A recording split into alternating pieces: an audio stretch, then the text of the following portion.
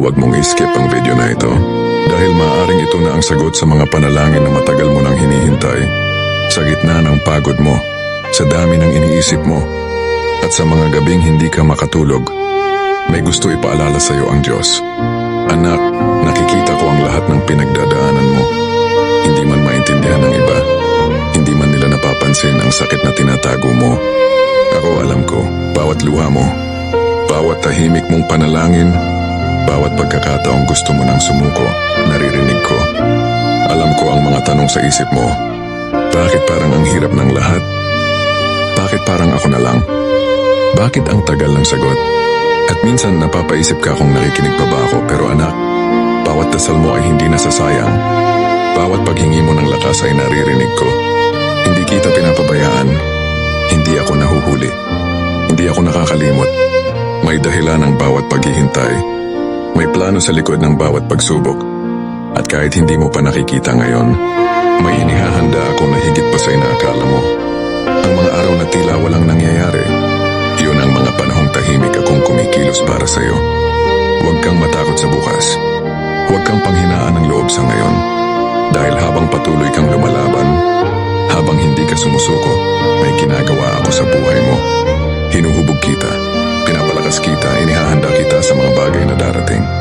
Ang mga pintuang nagsara, hindi iyon para saktan ka, kundi para ilayo ka sa hindi para sa iyo. Ang mga bagay na nawala, hindi yung kabawasan, kundi paghahanda sa mas mabuting darating. Minsan kailangan mong mawalan para matutong magtiwala. Minsan kailangan mong masaktan para mas maintindihan ang tunay na plano ko. Anak, hindi aksidente na narito ka ngayon. Hindi aksidente na pinapanood mo ito.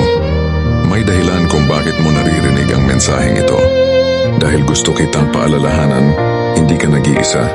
Sa mga sandaling tahimik ang mundo at ikaw ay nag-iisa, nandoon ako. Sa mga panahong wala kang masabihan ng nararamdaman mo, ako ang nakikinig. Sa bawat hakbang mo, kahit pakiramdam mo ay mabagal, ginagabayan kita. Magtiwala ka pa rin, kahit mahirap, kahit hindi malinaw, kahit pakiramdam mo walang nangyayari. May ginagawa ako sa likod ng lahat, at sa tamang oras, makikita mo rin.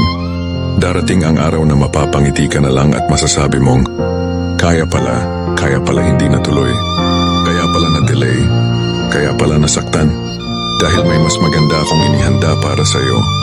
Kaya na ngayon, huminga ka, kumalma ka, at ibigay mo sa akin ang lahat ng bigat na dala mo. Kung nararamdaman mong para sa iyo ang mensaheng ito, huwag mo itong sarilinin. I-type mo ang amen kung naniniwala ka. I-share mo ito para makarating din sa iba na nangangailangan ng paalala ng Diyos. At i-follow mo ang page na ito para sa mas maraming mensahe na magpapalakas ng iyong pananampalataya. Tandaan mo, may Diyos na patuloy na gumagabay, nagmamahal, at hindi kailanman susuko sa iyo. Maniwala ka, darating din ang oras mo.